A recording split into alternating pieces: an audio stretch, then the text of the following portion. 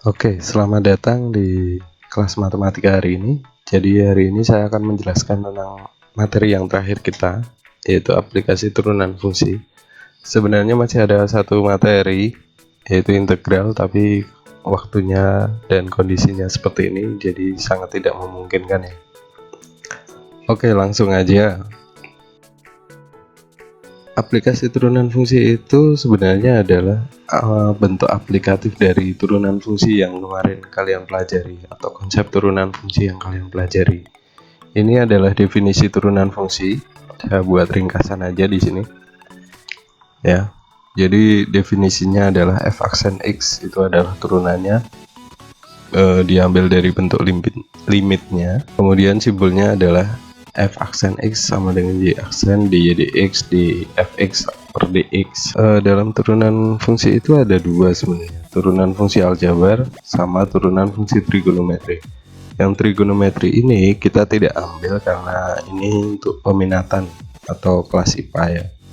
Kemudian ini turunan fungsi aljabar, jadi kalau kemarin kalian belum punya catatan, ini bisa kalian catat sebagai ringkasan supaya tidak lupa. Oke, langsung aja kita ke aplikasi turunan fungsi.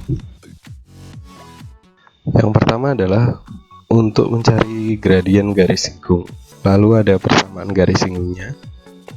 Kemudian selanjutnya gradien garis singgung itu digunakan untuk melihat naik atau turunnya sebuah grafik fungsi. Nanti kita akan bahas ya ini.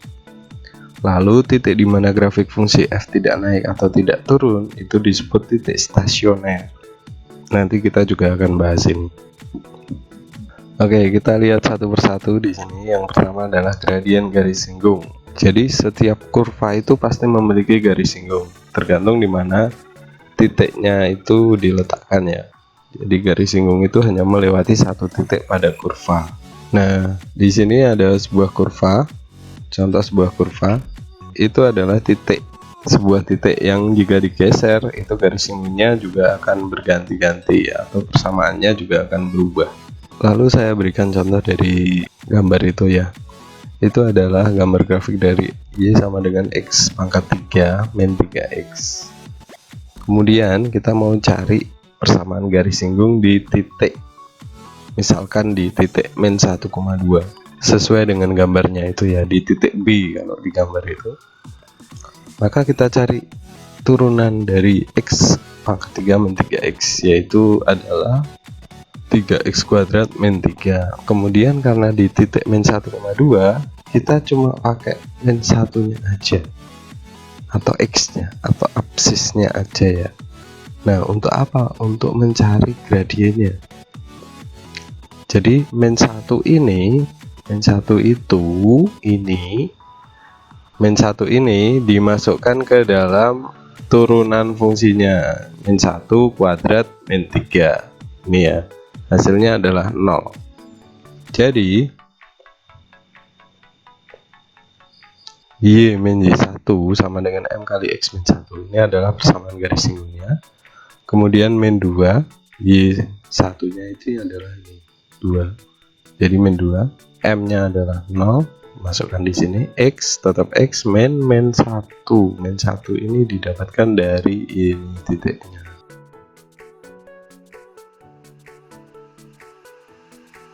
Jadi didapatkan y sama dengan 2. Nah, dari sini kita dapat kesimpulan bahwa persamaan garis singgung di titik min 1,2 adalah y sama dengan 0.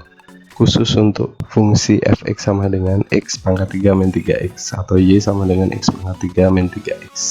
Ini ya. Oke, lanjut. Ini ada sebuah contoh. Jadi diketahui H adalah garis singgung. H itu adalah sebuah garis singgung. Kurva y sama dengan x pangkat 3 min 4x kuadrat plus 2x min 3. Garis singgung itu berada di titik 1, min 4. Nah, pertanyaannya adalah titik potong garis H dengan sumbu x adalah, kita bahas dulu. Diketahui kurva itu, maka turunannya kita bisa turunkan langsung menjadi 3x kuadrat min 8x plus 2 ya. Kemudian kita cari gradien garis singgung kurva di x sama dengan 1. Kenapa kok x sama dengan 1?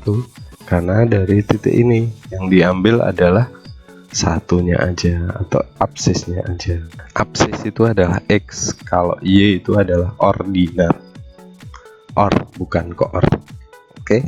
Nah, kemudian kita dapatkan bahwa F aksen 1 dimasukkan di sini aja, 3 kali 1 kuadrat dikurangi 8 kali 1 ditambah 2, itu hasilnya adalah min 3. Sehingga persamaan garis singgungnya di titik 1, min 4 tinggal dimasukkan Y min Y1 min 4 sama dengan M min 3 kali X min 1. Ini 1 adalah X1 ya. Maka didapatkan persamaan garis singgungnya adalah Y sama dengan min 3X min 1. Itu baru persamaan garis singgungnya atau persamaan garis H ya. Garis H itu adalah Y sama dengan min 3X min 1. Titik potong garis H terhadap sumbu X terjadi saat Y sama dengan 0. Jadi kalau titik potong sama sumbu X itu Y nya 0. Kalau titik potong sama sumbu Y, X nya yang 0. Sehingga kalau Y nya 0, ya tinggal dimasukkan di sini. 0 sama dengan min 3X min 1, sehingga X nya ketemu min 1/3. Jadi titik potong garis H terhadap sumbu X adalah min 1/3,0. Kalau belum paham bisa diulangi lagi, di pause, dipahami, atau bisa dicatat sekalian ya. Nah, kemudian ada garis normal. Di sini sudah ada contoh soalnya. Tapi pertanyaannya adalah garis normal itu apa? Garis normal adalah garis yang tegak lurus terhadap garis singgung kurva. Oleh karena itu, gradien garis normal atau di sini saya bikin M1 dicari dengan rumus M kali M1 sama dengan min 1 karena saling tegak lurus ya. Oke, nah maka dalam contoh soal ini diketahui sebuah kurva fx sama dengan 4x kuadrat plus 5x min 7. Persamaan garis normal kurva yang melalui x sama dengan min 2 adalah, langsung aja. Nah, di sini saya berikan panduannya. Nanti kalian lengkapi. Kemudian nanti di-upload ya. Yang pertama adalah f aksen x sama dengan berapa. Jadi kalian cari turunannya. Kemudian kalau udah M itu sama dengan F aksen min 2 ya kan. Terus di sini berapa? Persamaan garis singgung di titik dengan absis min 2. Berarti kalian harus cari Y-nya dulu. Y-nya didapetin dari mana? Dari min 2 ini dimasukkan ke Fx. Nanti ketemu Y berapa?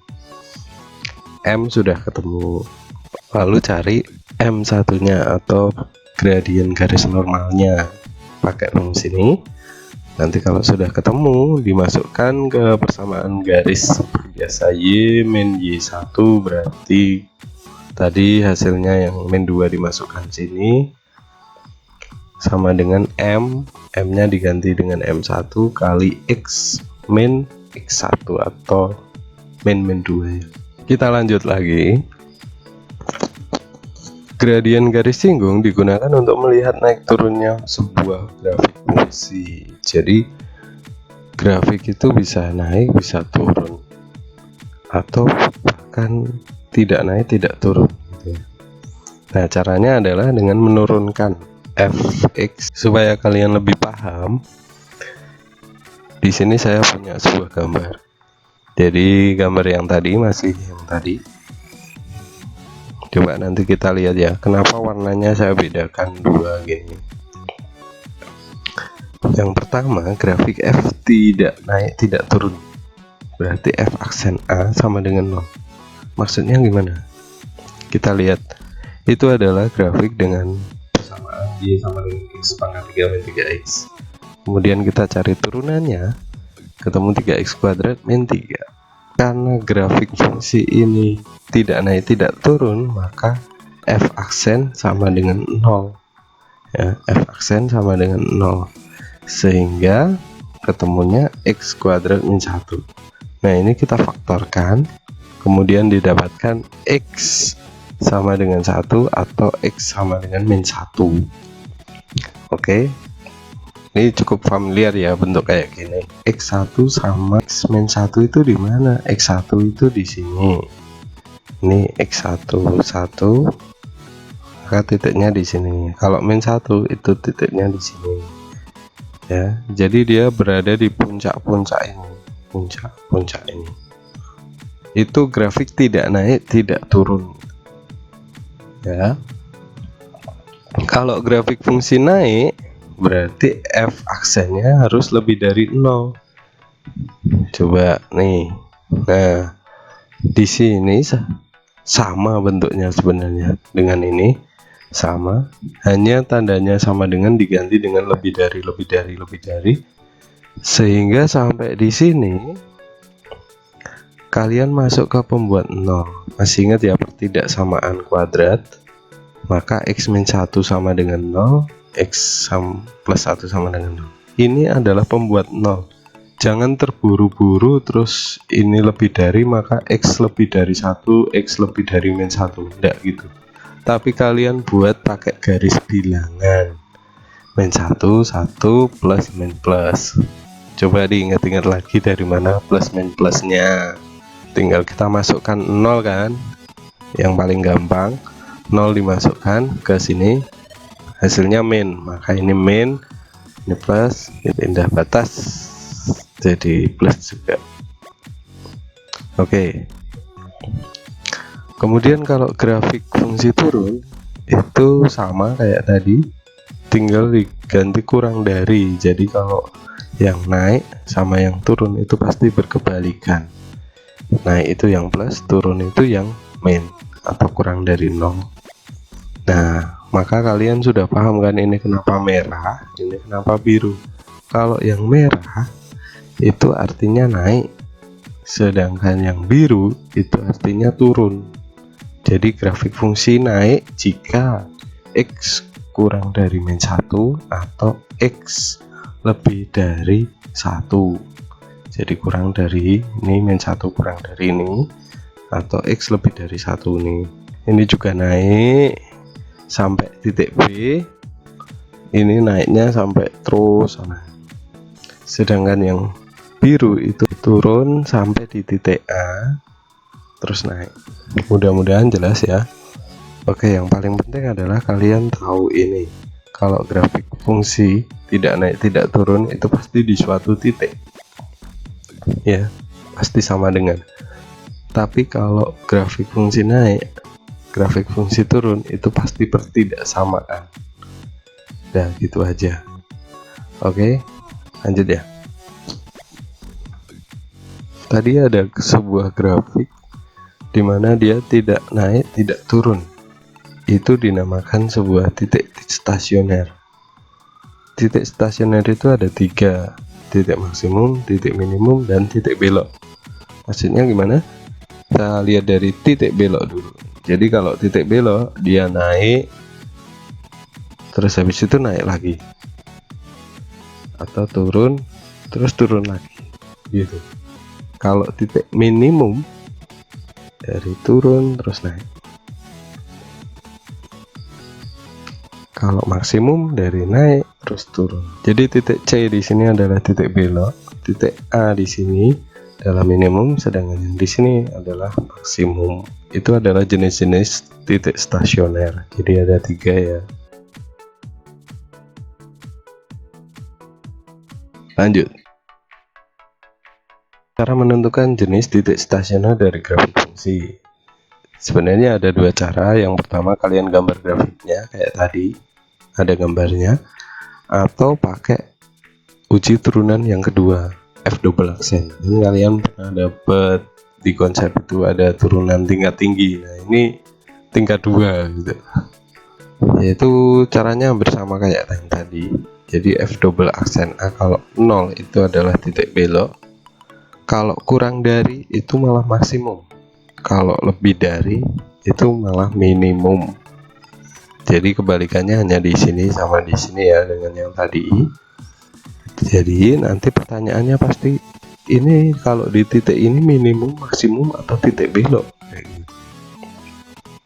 Tinggal kita cek aja. Nah, saya punya sebuah contoh soal selidiki jenis nilai stasioner fungsi ini. Oke, yang pertama kalian cari turunan pertama sama turunan kedua. Kalau sudah, ini langsung nilai stasioner diperoleh dengan syarat f aksen sama dengan 0, ya kan? Jadi kalau lebih dari 0 tadi fungsinya naik, kalau kurang dari 0 fungsinya turun gitu kan. Maka kalau stasioner itu sama dengan 0. Terus kita masukkan aja. Jadi turunannya tadi 6x kuadrat min 10x min 4 itu sama dengan 0. Nih ketemu x sama dengan min 1/3 atau x sama dengan 2. Kalau sudah, kita pakai turunan yang kedua. Ini titik yang tadi kita peroleh min 1/3 ini dimasuk ke turunan kedua. Jadi 12 kali min 1/3. Ini harusnya ada minnya ya. Terus dikurangi 10. Jawabannya adalah min 6. Min 6 ini kurang dari 0 kan. Ini f min 1/3 ini adalah nilai balik maksimum. Nilainya berapa? Nilainya ya tinggal kita masukkan ke f nya, ke soalnya. Min 1/3 dimasukkan di sini, ketemulah jawabannya adalah 28/27. Ini adalah nilai balik maksimum. Bedanya sama titik balik maksimum apa? Kalau titik balik itu x, y, artinya berarti min 1/3, 28/7. Tapi kalau cuma ditanyain nilai balik, maka kalian cukup nyari ini aja atau y nya aja. Oke, kemudian kita masukkan juga yang x sama dengan 2. Sama seperti caranya tadi, kita masukkan ke f double aksen. Ke sini 2 kali 12 min 10, hasilnya adalah 14. 14 itu lebih dari 0, maka f2 adalah nilai balik minimum. Dengan nilai dimasukkan aja ke fungsinya, 2 kali 2 pangkat 3 min 5x kuadrat min 4x plus 2, hasilnya adalah min 4. Jadi titik balik minimum adalah 2,42. Oke, sampai di sini paham? Bagaimana kalau kita menentukan nilai maksimum atau minimum fungsi fx tapi dikasih interval? Karena biasanya kalau gambar grafik itu kan tidak terhingga panjangnya, ke bawahnya sampai berapa, terus naiknya sampai berapa, maka di dalam soal itu dikasih interval. Caranya adalah kalian menentukan fx pada ujung interval dulu. Jadi fa, kalau A nya dari min 1 sampai 3, berarti ini f min 1 sampai f3.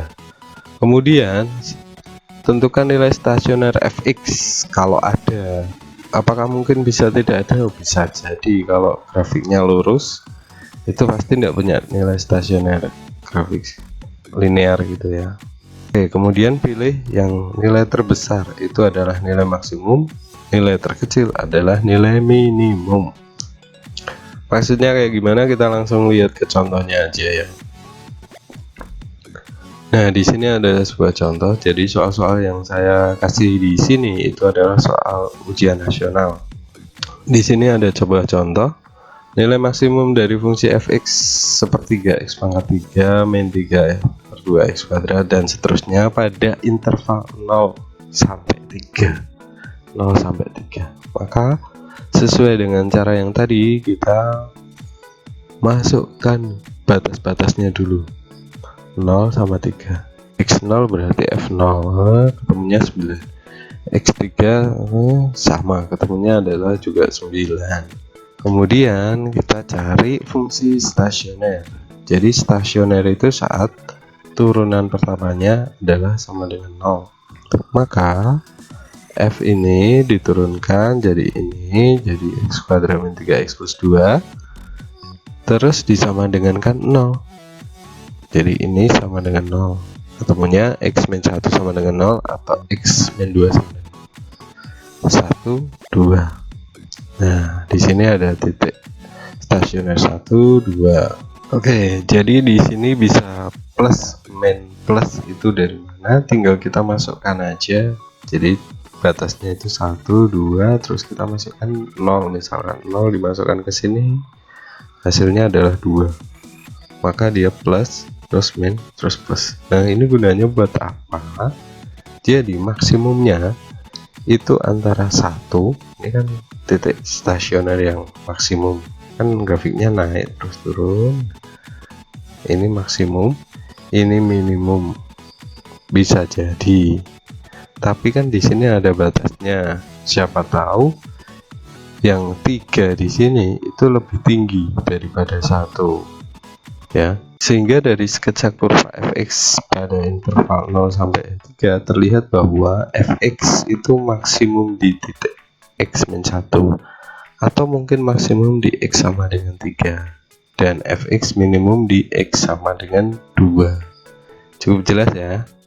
Jadi periksa dulu fx di maksimum di x1 atau di x3 dengan membandingkan nilai fx-nya. Jadi kita masukkan nilai x ke sini ke soalnya. Kalau x-nya 1 berarti ketemunya 95/6. X-nya 3 tadi sudah dihitung 9, maka gede yang 95/6. Jadi nilai maksimumnya adalah 95/6. Oke, ini nilai maksimum. Kalau titik maksimum berarti 1,95/6. Paham ya sampai di sini? Lanjut. Nah, ini sebenarnya ada tambahan sedikit tapi sering keluar di soal. Kelihatannya kayak soal IPA gitu ya, soal fisika, tapi bisa jadi keluar di IPS juga. Jadi hubungan antara jarak kecepatan dan kecepatan. Gampangannya adalah kalau fungsi jarak, maka kalian bisa cari kecepatannya dengan menurunkannya. Setelah didapatkan kecepatan, maka bisa diturunkan lagi untuk mendapatkan percepatan gitu. Ya, ini enggak usah dilihat ya. Intinya seperti itu ya. Nah, ini ada sebuah contoh. Suatu peluru ditembakkan ke atas jika tinggi h meter setelah detik dirumuskan dengan itu, maka tinggi maksimum yang dicapai peluru tersebut adalah berapa? Kalian jangan terpancing sama kata-kata di soal ya, tapi cukup dilihat ini adalah persamaan tinggi, kemudian kalian mencari tinggi maksimum itu berapa meter. Jadi kayak soal yang tadi, kalian dapat fungsi, kalian nyari titik maksimumnya itu berapa. Nah, kita bahas di sini. Iya. Oke, di sini saya punya sebuah gambar grafik. Titik A itu adalah titik pangkal di mana peluru ditembakkan ya.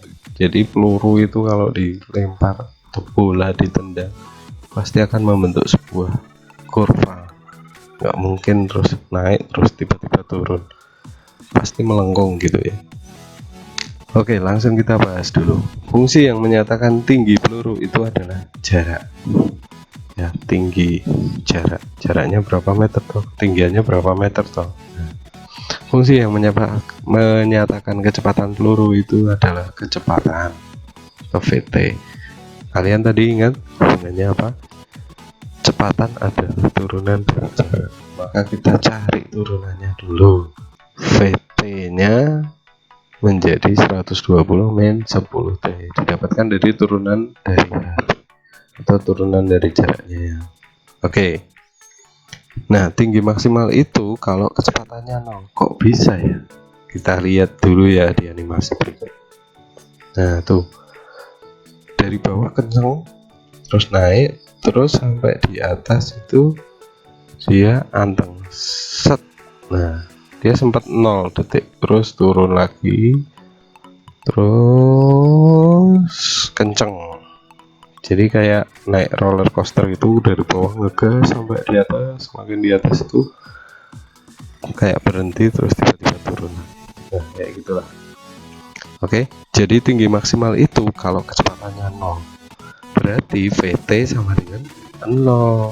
Nah, jadi di sini VT sama dengan 120 min 10, T sama dengan 0. Sehingga T-nya 12. T itu apa sih? T itu adalah waktu.